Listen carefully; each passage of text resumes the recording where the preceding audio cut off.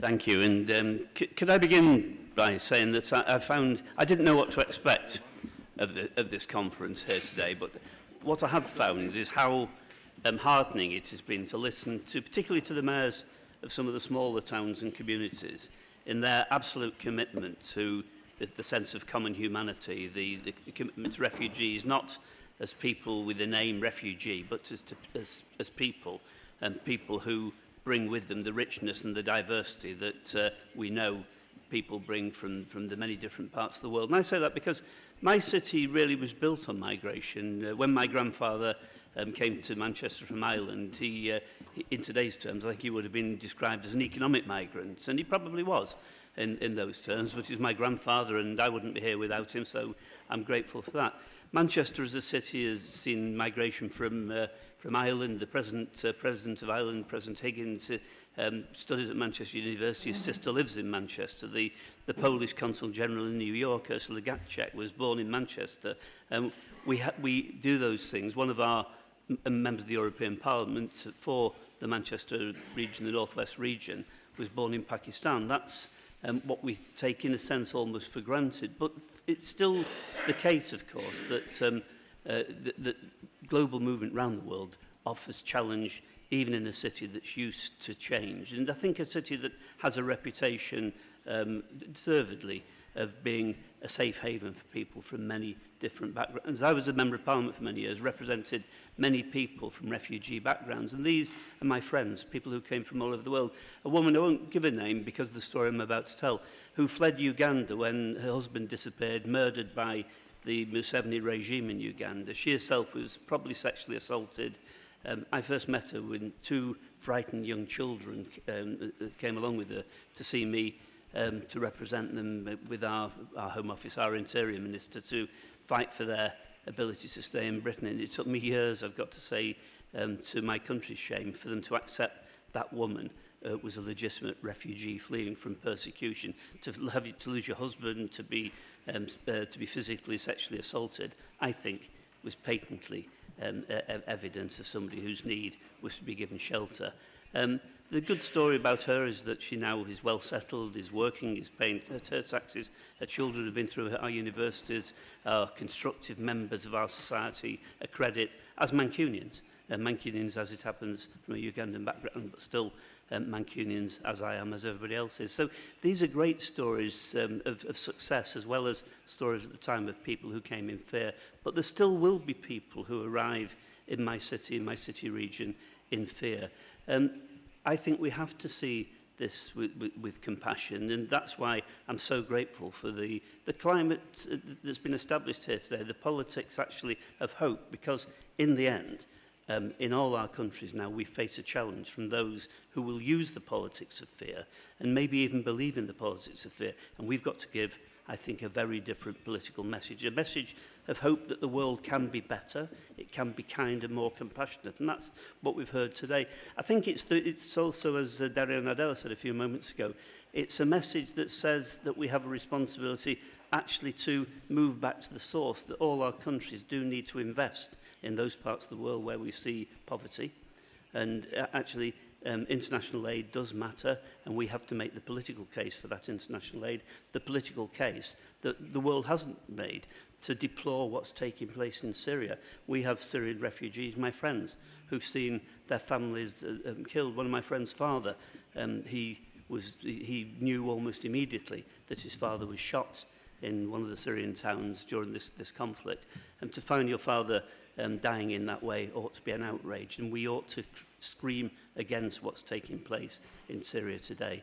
But of course, in the end, it's what happens in our own communities where I think local governments can make a real difference. Central government is important, it has to make the resources available, but central government is normally very clumsy about building a future for individuals.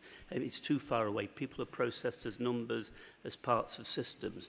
If we're going to make a real difference, it is localism that makes that kind of difference. It's the localism that will make the refugee feel comfortable, feel cherished, feel a part of our of our society. So local government is important. Actually, so are the voluntary and community organisations which do such amazing work in making and helping people to settle and live real and creative lives. And I, at the moment, am in conversation with our national government because we want national government to be a better partner for us as they settle asylum seekers in my city region. We've taken more asylum seekers in my own city region than virtually anywhere else in Britain, and I'm proud of that. That's important that we do that, but it's important that we're given the resources to make things happen in an orderly and proper fashion, because there are tensions. Actually, even with the best settlement plan for refugees, refugees, asylum seekers won't be located in a totally dispersed way. That's not possible. What tends to happen is that they're dispersed in those areas where, for example, housing is available. Those tend to be the areas that already are probably the most economically deprived, because that's why the houses aren't snapped up on the private market or whatever it may be. Those are areas where already people have worse health, so the health services become strained. A doctor friend of mine said, without complaint, but she explained that when she has on her load of patients many women who fled Somalia, women who perhaps arrived in Britain in the 40s having had 4 or 5 children, and those women brought with them a need for much more intense medical care than perhaps a 40-year-old who was born and raised in Manchester would need. If you have one Somalian woman on your caseload as a doctor, that causes no great problem. If you have many, that begins to distort what you can offer to those Somalian women. It also distorts what you can offer to the wider community. So resources have to follow in a meaningful way the refugees, to make sure that we can integrate both in terms of the needs of the refugees, but also in terms, frankly, of the host community, so that we don't get the capacity for the political forces of the right to challenge and to use the refugees as a pawn in our political games. You know, we had in Britain not so long ago the murder of one of our young women members of Parliament, a young mother of 2 children. You probably know about this story, Jo Cox. As it happened, her uncle is a very close friend of mine. So, as with all these things in a small world, these become almost personal stories. But this shocked Britain and shocked the world. But in a way, we should be shocked at the politics that allows people to carry that kind of hatred that can bring about that sort of crime. And we have to challenge xenophobia across this Europe and across this world of ours if we're to be meaningful in our compassion and our care. So that is a challenge for us as politicians, as mayors, whether from big cities or smaller cities. Xenophobia is with us, and we have to challenge. We have to challenge in my country, actually. I regret that Britain voted to leave the European Union. My city will not close itself to the world, whatever happens, because that's not in our nature. But I want to spend a few moments, if I may, just talking about a specific problem. Yesterday we heard from Kevin Hyland, the UK's representative on trafficked people. We know we have a problem around this world. 45 million people believed to be enslaved in the modern world. I grew up thinking slavery had been abolished. The reality is slavery is probably bigger today than at any time in the history of this world. In Britain, we think there are probably 13,000 people in slavery, and probably, again, 30% of those are children. That's 3,000 to 4,000 children who are enslaved in my country. This is shameful. In my city, we know that we have people in slavery, women sold into prostitution, men and women now forced into the kind of work that is almost unimaginable in a modern European city. We are trying to do something about this. So I, some years ago, asked our police to set up a dedicated unit to deal with this question of people trafficking. We are now having some success in this, but I don't kid myself, because we know this challenge is enormous, the challenge of human trafficking. But we've got to improve, all of us, the way in which we deal with the policing of human trafficking, but actually also how our society more generally deals with the issue, because we know that building up the intelligence picture that has allowed policing to begin to make an impact on human trafficking was difficult because it was something the police had never done before. We are now doing it, and we probably are, with one or two other police forces in Britain, ahead of the game. But I say that's not as a matter of pride, it's a matter of urgency that we intensify our own efforts in Greater Manchester and that the rest of the country and the rest of the world, if you like, begins to teach us the lessons if they have better lessons. So, because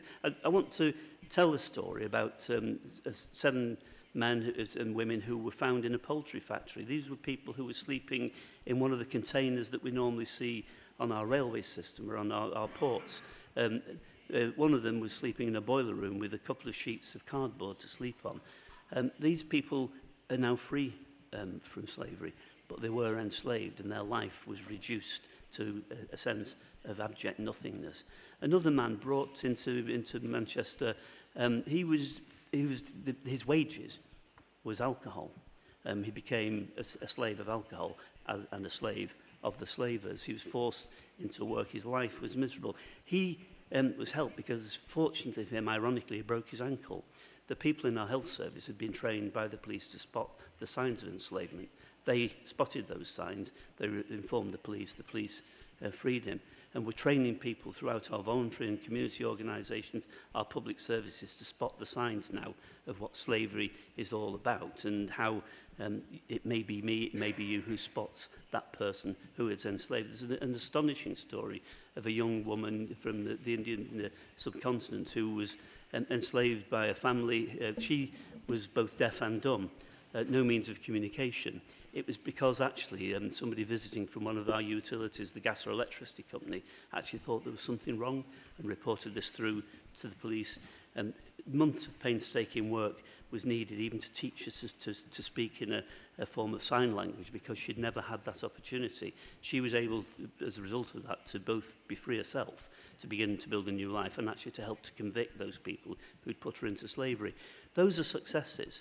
But these are successes in a world where 45 million people are still enslaved. So this is a crisis. This is a crisis that is a symptom and a function of the refugee crisis. People who are left with no official status, no documentation, are prey to the human traffickers. So this crisis is the twin of the refugee situation that we have around this world. Acting with the same kind of compassion we've heard today, we can do something about it. And frankly, we must do something about it if we're going to make the politics of fear be displaced by the politics of hope. Hope for the refugee, hope for those people in slavery, and hope actually for a better world for all of us. But thank you for listening. But let me tell you, I've very much enjoyed listening to the contributions others have made.